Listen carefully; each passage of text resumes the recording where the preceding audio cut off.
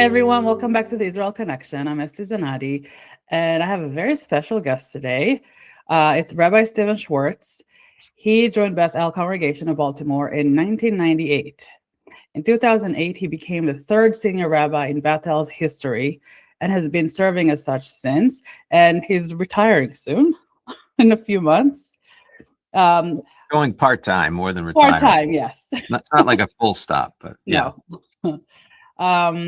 Rabbi Schwartz is married to Gail. He is the father to Talia, Joshua, and Merav, and a new grandfather to Rami. And I said with Israeli accent because the Israeli name. As it should be. Yeah.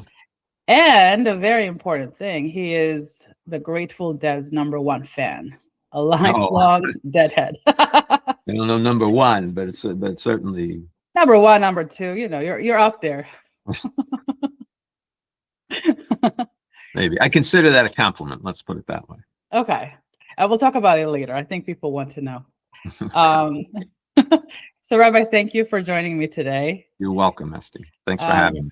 Yes. So let's go back to a long time ago to young Steven Schwartz. When did you realize that you want to become a rabbi? Was that something that was in your mind growing up, or it just came to you? You know, I always say to people that people who were friends of mine from when I was in Hebrew school, mm-hmm. If you said to them, Steve Schwartz, he became a rabbi, they would say, oh yeah, that makes sense. But friends of mine I went to college with, if you say Steve Schwartz became a rabbi, they say, what? So I think it was something that was always kind of, it always tickled my interest a little bit. And then it was kind of in my late 20s that I really started thinking about it. So that I really started thinking about it seriously. But I was the kid. I liked Hebrew school. I liked to go to Hebrew school. I enjoyed it, and I always liked services. And it's something that was meaningful to me even when I was little. I do remember that. What was it about that role that appealed to you so much?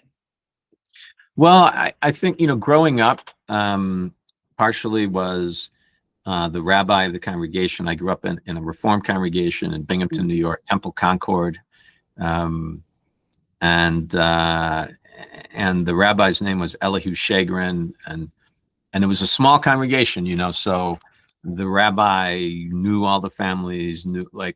I studied for my bar mitzvah by going to meet with the rabbi every week, sitting in the rabbi's office, and so that was a sense of connection, and I had a lot of respect for Rabbi Shagrin. So I think, and so I think part of it was that, and part of it also was that, in terms of the rabbinate, I got interested in learning more about my Judaism, and in a way, the rabbinate was an opportunity for me to study that and to learn more about Judaism, Jewish life, and a sense from myself of what are my origins, but also to be engaged in work that I thought I was decent at, which is basically the work of helping people, being there for people. And so the rabbinate was kind of a combination of the being there for people and helping people stuff, which I in some ways was doing already before I went into rabbinical school, and then the opportunity to deeply delve into Jewish history, Jewish text, and all that kind of business. So you're being a part of Bethel, which is a huge congregation. We have a large community in the area. So what is your day-to-day like as a senior rabbi? Oh, there's nothing to do really. I come in, I usually have a cup of coffee, and then I take a nap in the office. Yeah. And no, it can be very busy. It's because you work at the shul. It's a large place. There's always something going on, and it can be nonstop sometimes. A lot of it depends on life cycle stuff. If there's a lot of funerals, or if you have stretches where there's a lot of weddings and brisses and all kinds of life cycle things, you can be very, very busy. So my day to day is I have meetings with people. I just had a meeting with someone. I'm doing this with you. 2:00 this afternoon, I have a Zoom meeting with a family that has a funeral on Sunday. So I'm meeting them on Zoom because none of them are in Baltimore at this point. Tonight is the Hanukkah sort of, it's the menorah lighting, and pre-service oneg, and then services, tomorrow morning services. Tomorrow night I have a baby naming. Sunday I have that funeral, and now I just spoke with someone who has a family member that's sick, and then after the funeral I'll go visit that family member. So that gives you a little bit of a sense of it. It's very relaxing, and Exactly. Yeah. So as a rabbi, part of your job is to, I guess, make Judaism relevant to everybody, including, the older people and the younger generation. What are some ways in which you make Judaism relevant for everybody, particularly the younger generation? And I know nowadays it's been getting harder with everything that's going on. Yeah. I think part of it is, to me, it's a very powerful idea that the synagogue is here. Mm-hmm. What I mean by that is, because it's here, someone who hasn't walked in a synagogue in 20 years or 30 years or 40 years, they know the synagogue is here. And if the time comes when, for whatever reason, they want to walk into the synagogue, it is here for them.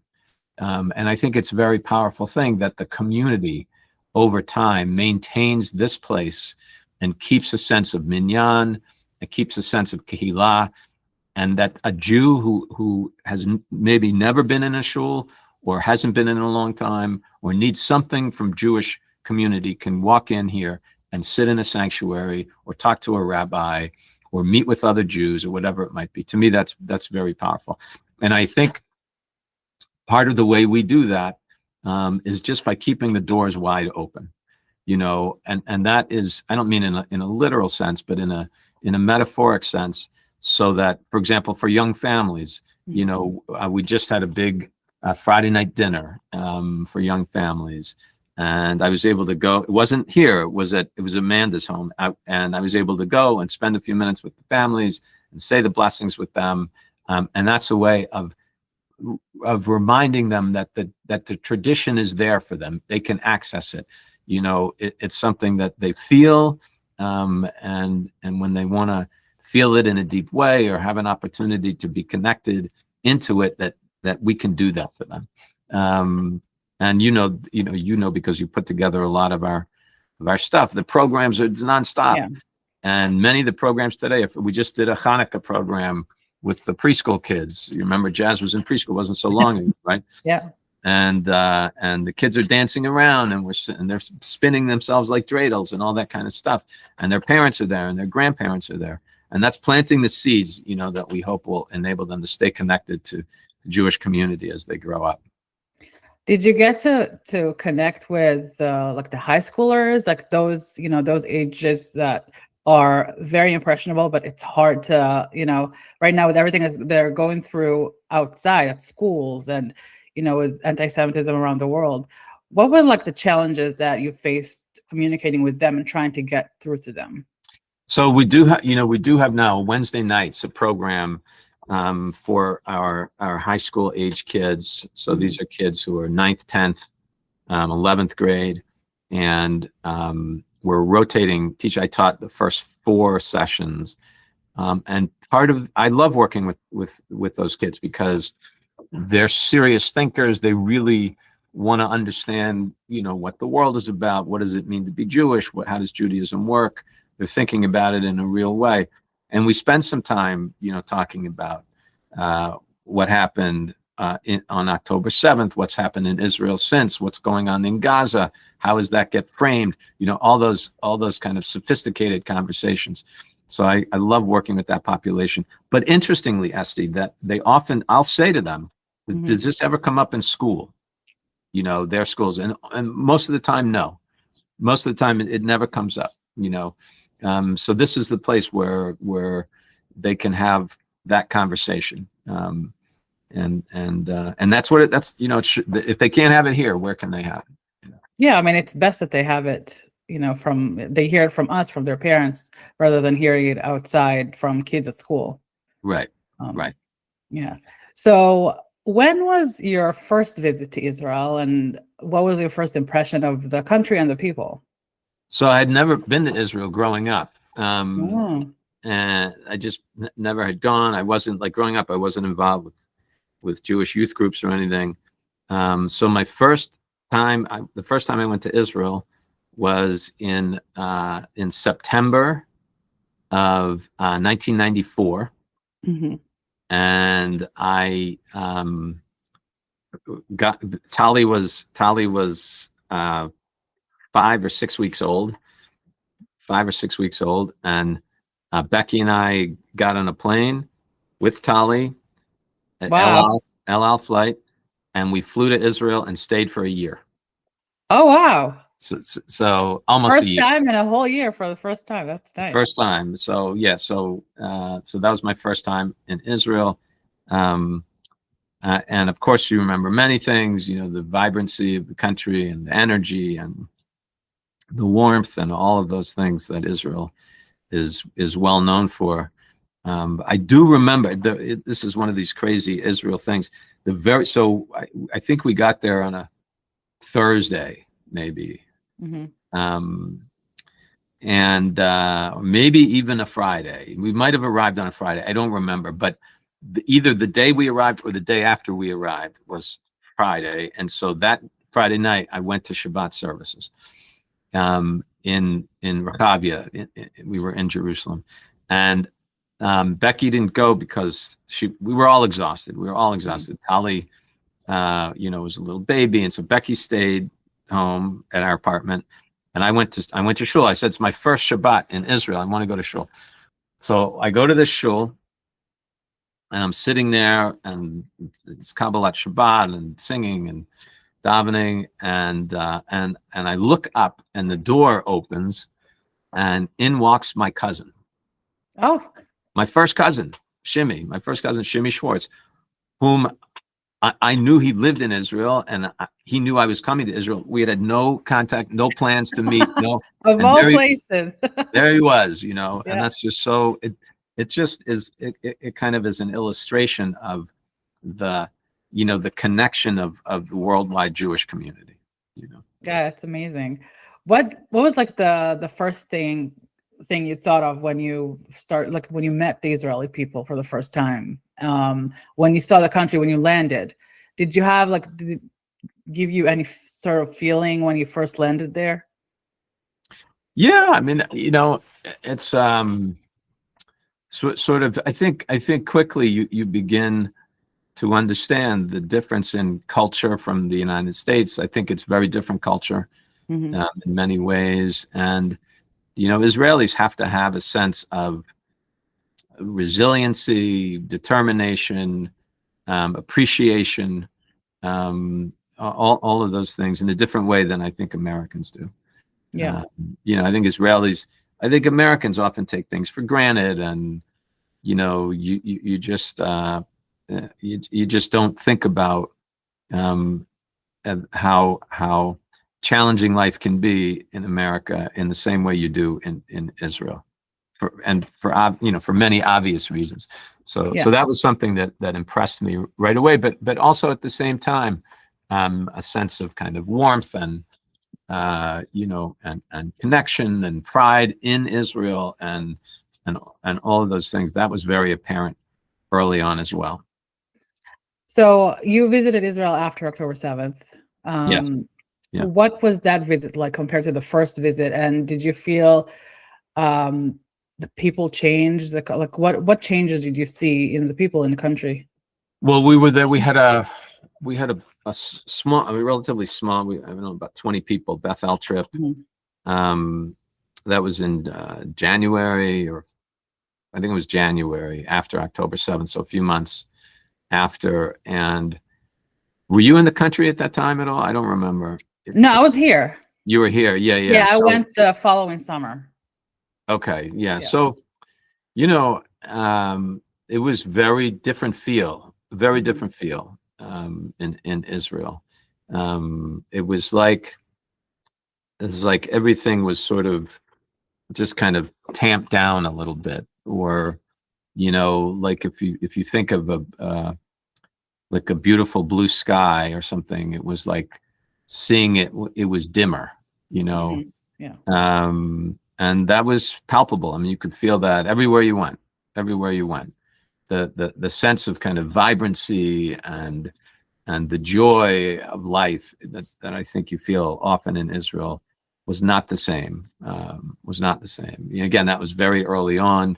So many hostages still at that time, and the trauma of that to the Israeli psyche, and the country really just kind of beginning at that point to come to terms with what had happened on October 7th, just beginning. And so, much more time has gone by. Now, I haven't been back since then. Much more time has gone by, and hopefully more healing. But also then you could also feel the sense of determination, the sense of strength. And as you know, the country for a little bit really came together. Somewhat along the lines of what happened here in the United States after September 11th. I guess that's what happens when you have like big disasters hit a country or a nation. People just come together right away. Yeah. You wonder, this is in the United States, with how deep the divisions feel today, if that would still happen today. I don't know. Hopefully, there won't be any tragedy. I think it would, because you know what, in Israel, we saw the division that was before October 7th, all the protests and everything that was going on from left and right. And, but then, after October 7th, everyone came together. It wasn't like, it didn't matter which side you were on, who you voted for. Right. You needed help, we helped you. Like that's how it was, at least for the first, year. Right. Now it's a little bit because now, it's calmed down. So now people are kind of going back to some of the things that were before. But I feel like, I think, speaking to Israelis and, obviously my family and everything, you can tell that it taught them something. Yeah. Not everyone, unfortunately, but, some people learn from it. And especially those who went, to the reserves, they got together and they fought together side by side. And they didn't care if this one was religious, this one wasn't, this one voted for Bibi, this one voted for whoever else. And like, it wasn't a thing. They just knew that they needed to fight together for the country. Right. For sure. No doubt. So since October 7th, what do you think, what changes have you noticed in people here when talking to them about Israel and their Jewish identity? Well, I think it's a very sort of unsettled time, or very difficult, challenging time to be part of Jewish community today. I think that people in the States are realizing or know that there is this kind of intrinsic connection between Jews around the world and Israel. I think that, so, at least the perception of the world is that it's sort of Israel and Jews are synonymous. There's no, so I think people here feel that. I think that when Israel is really threatened, or has a terrible thing happen, or that the Jewish community here responds to that, dollars come in a different way. People want to go and try to support our brothers and sisters who live in Eretz Yisrael. There's a kind of and a more prevalent level of concern and caring and following what's going on, and all of those kinds of things. And all of that, I think, has happened since 7th of October. Yeah. Was there one particular conversation you got to have with a congregant or someone in the community that was very tough for you to navigate through, but then it ended on a positive note? Well, I could tell you that it has been a kind of extra level of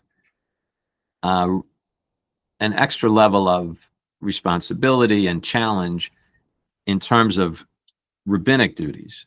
That there have been many conversations, that people have wanted to come to the office to have, that are Israel related, and that the concern about Israel, or why did this happen? Like you could go through your list of, and those conversations, pre October 7th, that was not really even part of the rap. People sort of saw Israel, they felt secure about Israel, so it wasn't something they needed to talk to the rabbi about necessarily. But since then, that's been a dramatic change, no question. Was there like one particular conversation that you take with you, like that's something that resonated with you, or was really hard for you to give advice that people didn't want to listen?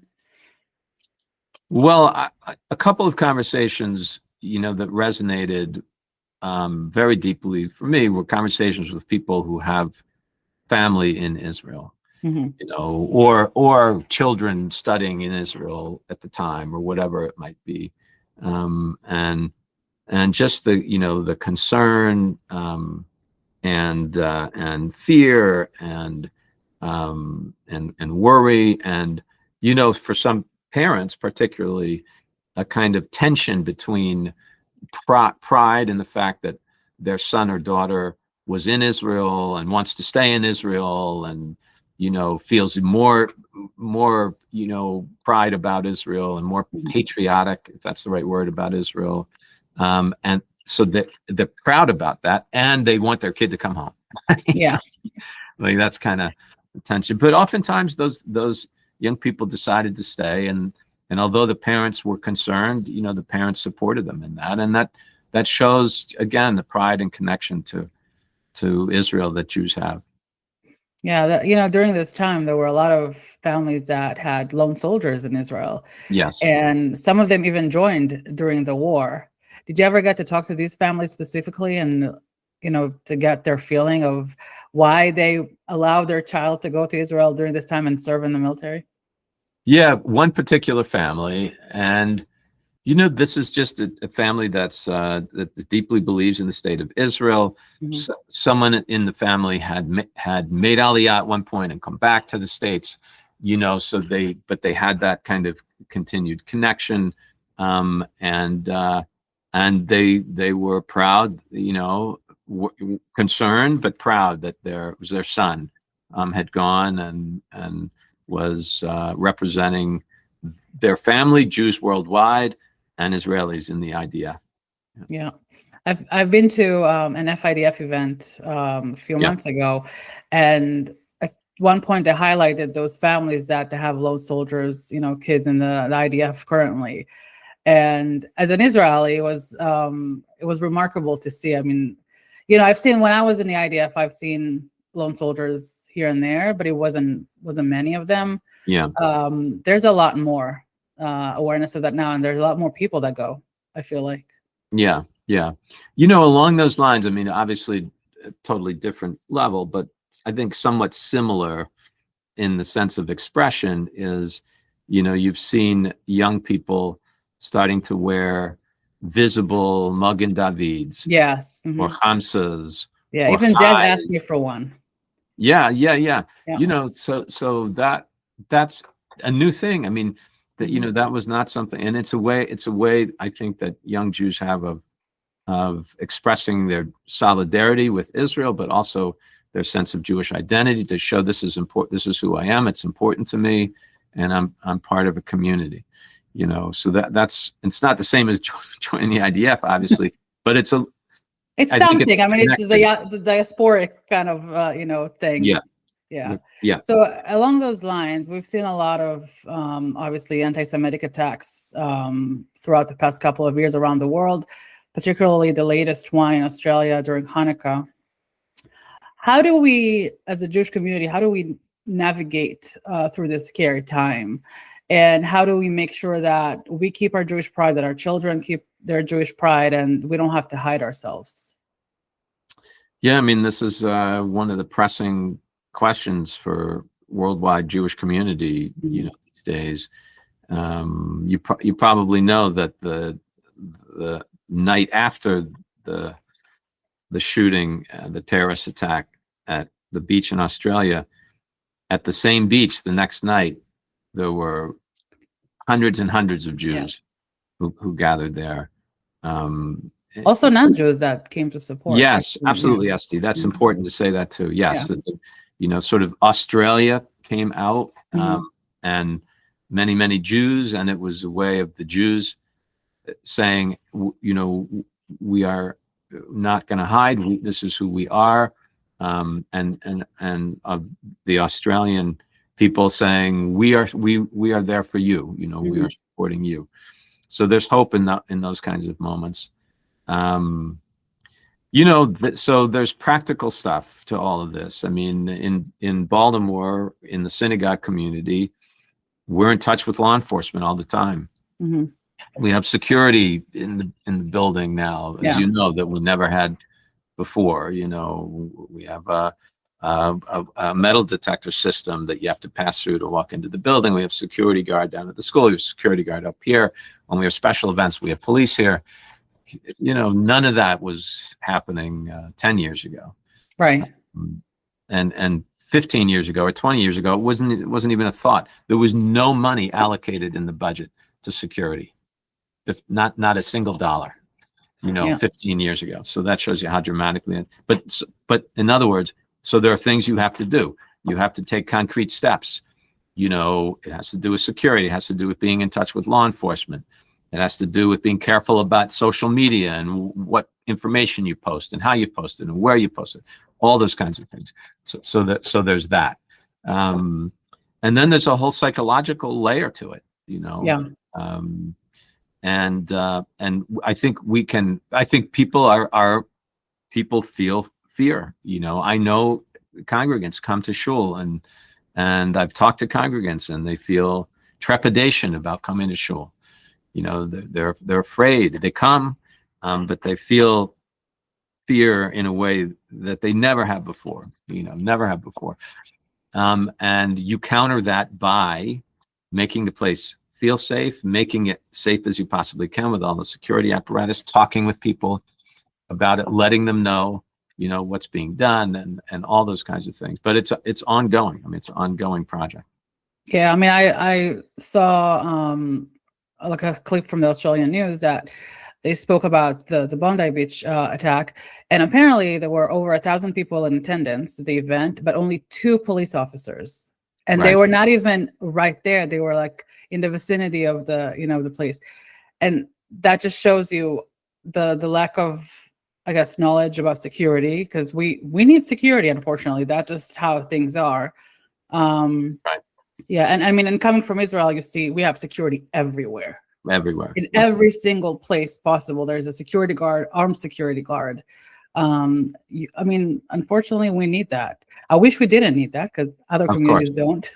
But yeah, I mean, so how do we go through all this stuff, but also don't live in fear, like a constant fear of possibly being attacked? That's tough. Yeah, I think. I think the only way that really happens is through experience after experience where things are okay. So I think in part what's happened is, I think this happens with loss also is that you're used to what do you do in the morning? In the morning you wake up, sit up in bed, you turn to the side of the bed, you put your feet down on the floor, and you stand up and you walk. And what's happened to the worldwide Jewish community is that we woke up one day, we turned our, to the side of the bed, we put our feet down, and there was no floor. Yeah.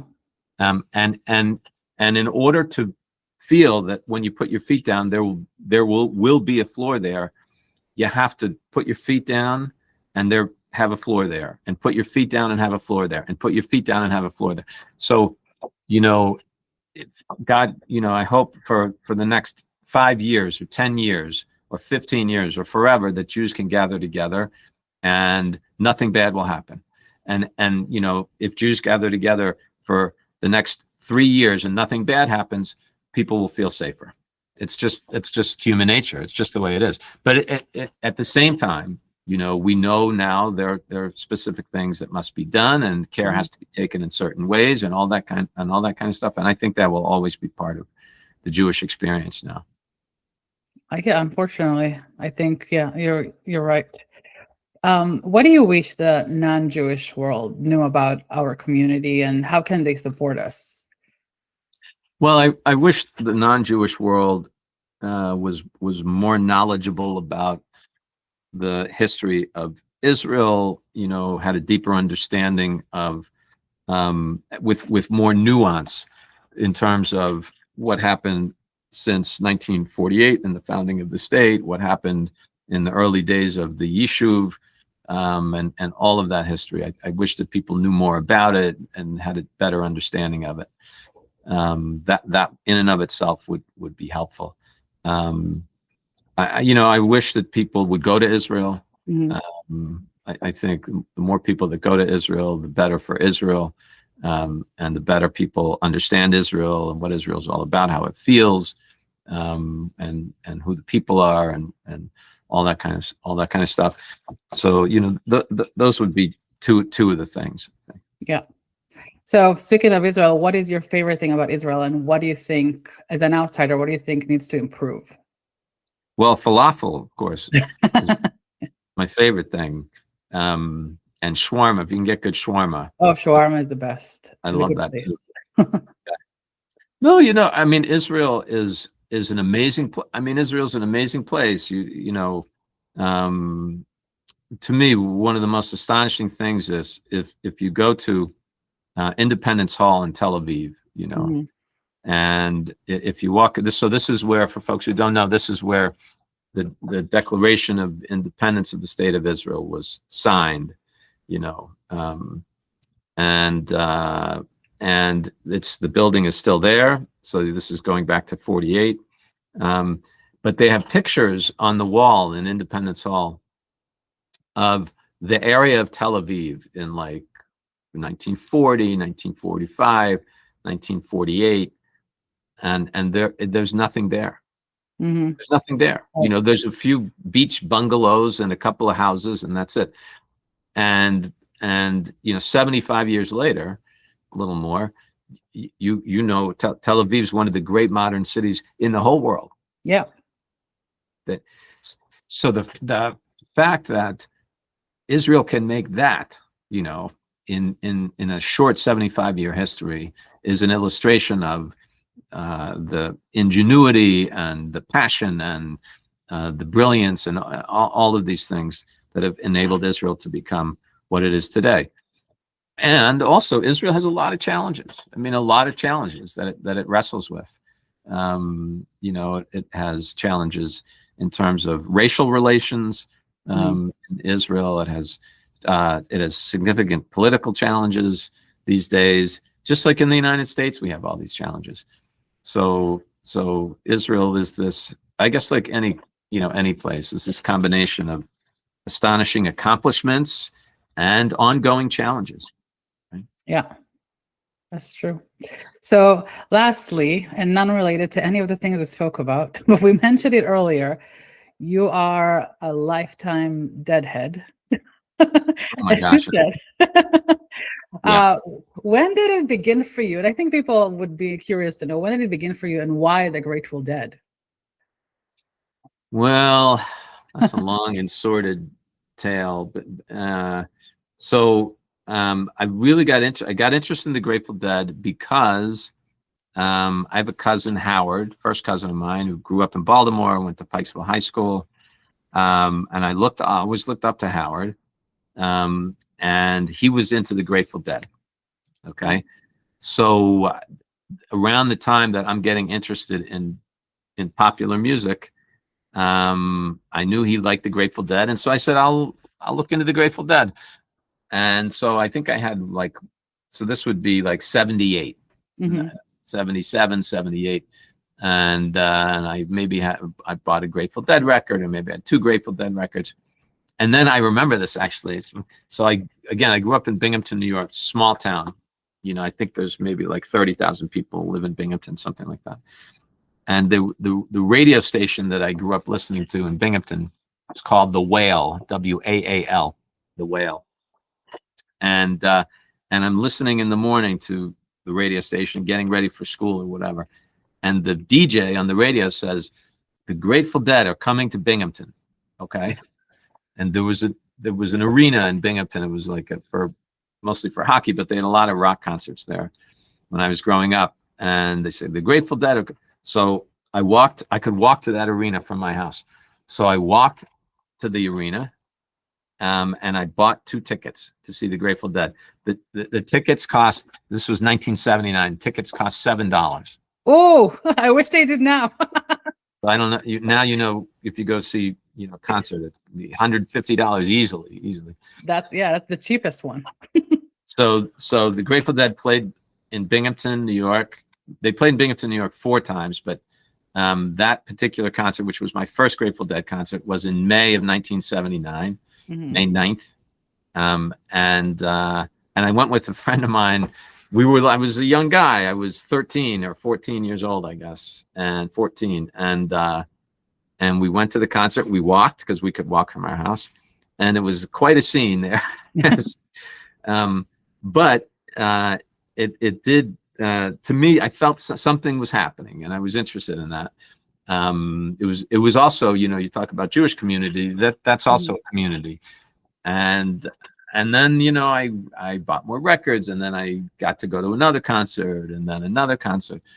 My second Grateful Dead concert was in Buffalo, New York, in 1981.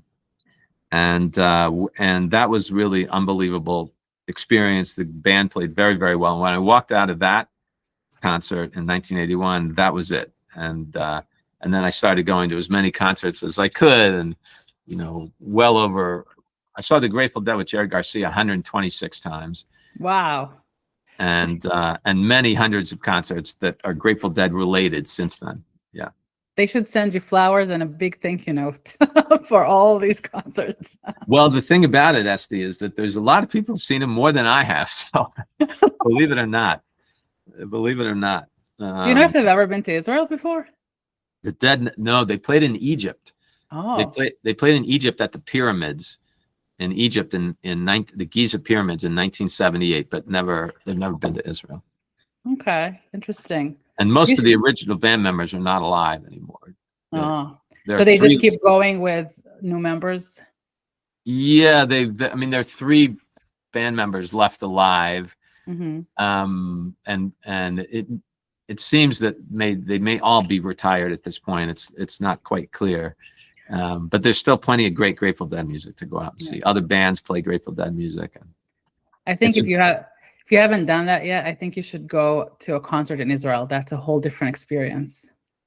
I saw a concert the year I lived in Israel. It was in what's that kind of bowl between like the German city and the old city in Jerusalem. I just can't think of the name of it. Oh, I know what you're talking about, but I don't remember. Sultan's Pool or something like that. Yes, Bechat Sultan. Yes. Yeah. That's right. Yeah. So I saw David Brody there. Oh. Okay. This is 30 years ago. So have you ever seen like an Israeli artist perform? Like rock music? Yeah. No. I have to go see Grateful Dead music, Esti. I don't have time for other. Yeah, right. So you're so busy with that. There's no time. Yeah. All right. Well, Rabbi Schwartz, thank you so much for joining me. It's been a pleasure talking to you as always. You're welcome, Esti. Thanks again for having me. And thanks for all you do for the show. And for this podcast has been wonderful. Thank you. Thank you so much. And thank you all for listening. Until next time.